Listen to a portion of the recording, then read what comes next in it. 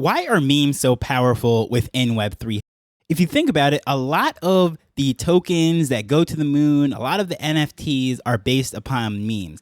Unfortunately, most of those coins usually crash. However, the NFT tokens, if you will, those tend to have some lasting effect. Now, nowhere near the highs of the complete peak and frenzy. However, they seem to maintain and stick around a lot longer than some of these projects that launched with serious intent. Today, we're going to dive into why that is and exactly what is going on in this space that makes memes so powerful. Okay, as we know, with this podcast, I like to speak about various things as far as how this technology is going to be used and implemented in businesses. Now, for the most part, these meme NFTs are not a business. However, I think a business that adopts the principles and understands the culture that is happening within the space can look at why these memes are so powerful and then integrate this into what they're doing. Now, although CryptoPunks are a completely different case and they're not officially memes, the one thing that they do have in common with these meme projects is that they have no expectations from their holders. CryptoPunk holders do not look at them the same way as they look at the Bored Apes, right? Although they have the same owner now, Yuga owns both the CryptoPunks IP and the Bored Apes. However, CryptoPunk holders do not expect anything from their team. So you'll see that they at one time were neck and neck and the Bored Apes even surpassed them. But now the CryptoPunks are way above the value of the apes. Why? Because they don't expect anything from them. So going back to meme tokens, it's sort of the same way. When you're just in it for the laughs, for the vibes, having fun, the holders just don't have those same expectations and standards for the team and what's going on within the project that they would if they're expecting a game to ship or some sort of massive delivery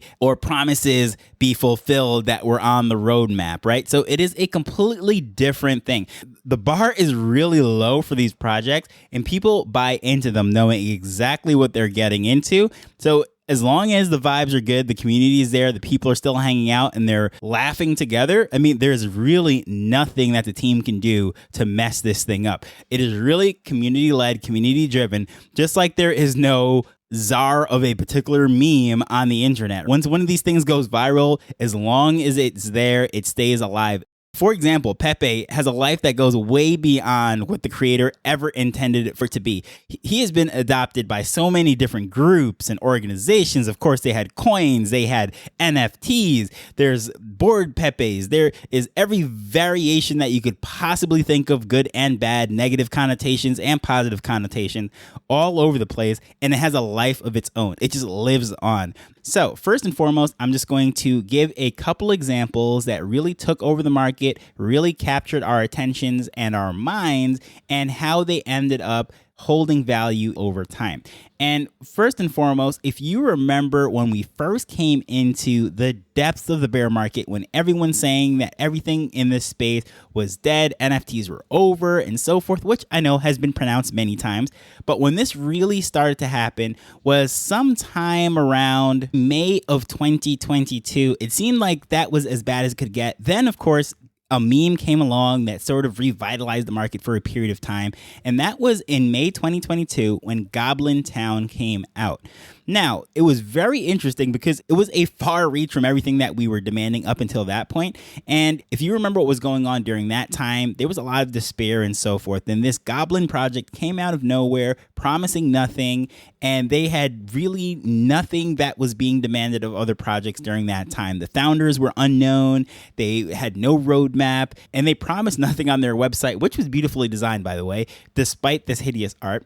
And if you go all the way back to episode number 199, I was very critical of Goblin Town. And I was saying that I was very skeptical of it. I would never put my money in it. And I thought it was something that was going to rug and burn everyone based on what was outlined on the site. Now, I could not be more wrong about that. And even at that time, I did not truly understand and appreciate the value of a good meme. Of course, we had the Doge community that really, I would say, pioneered the crypto meme, but that entire token and everything that was really built around that just really solidified the power of memes, and it's still going strong despite where the prices are right now. That Doge community they are hanging in there strong and they're still very passionate. Now with Goblin Town, they really captured like the essence of that whole time of despair and everything and all these things that were demanded, and they turned it upside down. And even when you look at the prices today, they're nowhere near like the multiple ETH floor prices that it ended up hitting. But right now at this point, it's still holding strong compared to other NFT projects that had much more serious intent. We're talking about a floor price right now around 0.2, 0.21, depending when you're listening to this. And it's staying there pretty consistently at this point. And now the founders have come out and they have built out all sorts of different things. However, I think the power and the lasting appeal of this thing is really the fact that they were a meme and everyone sort of has positive feelings. And really, when you speak to them about this whole time, they have lots of laughs and good memories during these dark times. And that is really the power of it, because honestly, if you were one of the people that were in those spaces, you understood the culture, you could really appreciate what was going on here. Another one that came out around NFT NYC when the market just wasn't doing so well was God Hates NFTs. This was another one. They staged these protests outside of the venue, and they were marching on the streets of New York saying that NFTs are evil and God hates NFTs, only to find out that this was actually the marketing campaign for this particular project that ended up launching right around the time of that. So they beautifully captured attention. People were tweeting and laughing and saying, hey, look at these people that are saying God hates NFTs, not understanding that they were promoting and spreading this all over the internet. I thought it was just a beautiful rollout of just viral marketing and everything. I thought they did a great job of that. And even that, nowhere near like the multiple ETH floor price that it was, but still it's holding strong. I would say 0.1, 0.2, bouncing around anywhere in that space. And considering this is a joke project, there was like, nothing that was promised and all buttoned up and serious like these other ones, yet they're still around. 9gag with what they're doing with potatoes and MVPs and all these different things, like they are just built for me. Their entire company and branding, it's like they just brought it over from the depths of these message boards and they created this whole company that is now embodying memes in everything that they do. But I think it's important to notice that like there is an inside joke element to memes, right? When you're standing on the outside, you might not fully understand what's going on, but it kind of embodies everything within the culture. If you've ever been a part of an inside joke, you can appreciate this. So possibly you're speaking in code or whatever it might be. You're in a public setting or maybe even a professional setting, and maybe you and a colleague knows what's going on. It's just like a fun feeling that kind of captures what's going on, what you guys are thinking about, and nobody else on the outside really gets it. And it feels like you're on the inside. It feels like you're in the cool club, if you will. And that's kind of what happens when these memes go viral. So whether it is on a message board, something like a 4chan or on Reddit or wherever these memes usually start to take over the internet. Now, of course, you have X and TikTok and all these different places, but many of these memes have been circulating for years on message boards before making it to the, I guess you'd say, the wide mass appeal social media world. And a lot of those people were the early people that were into crypto. They got into NFTs and so forth. So that culture just kind of really goes into everything that's going on here. And it just has a great community bond. It's like the whole group, all of those holders are in on the joke.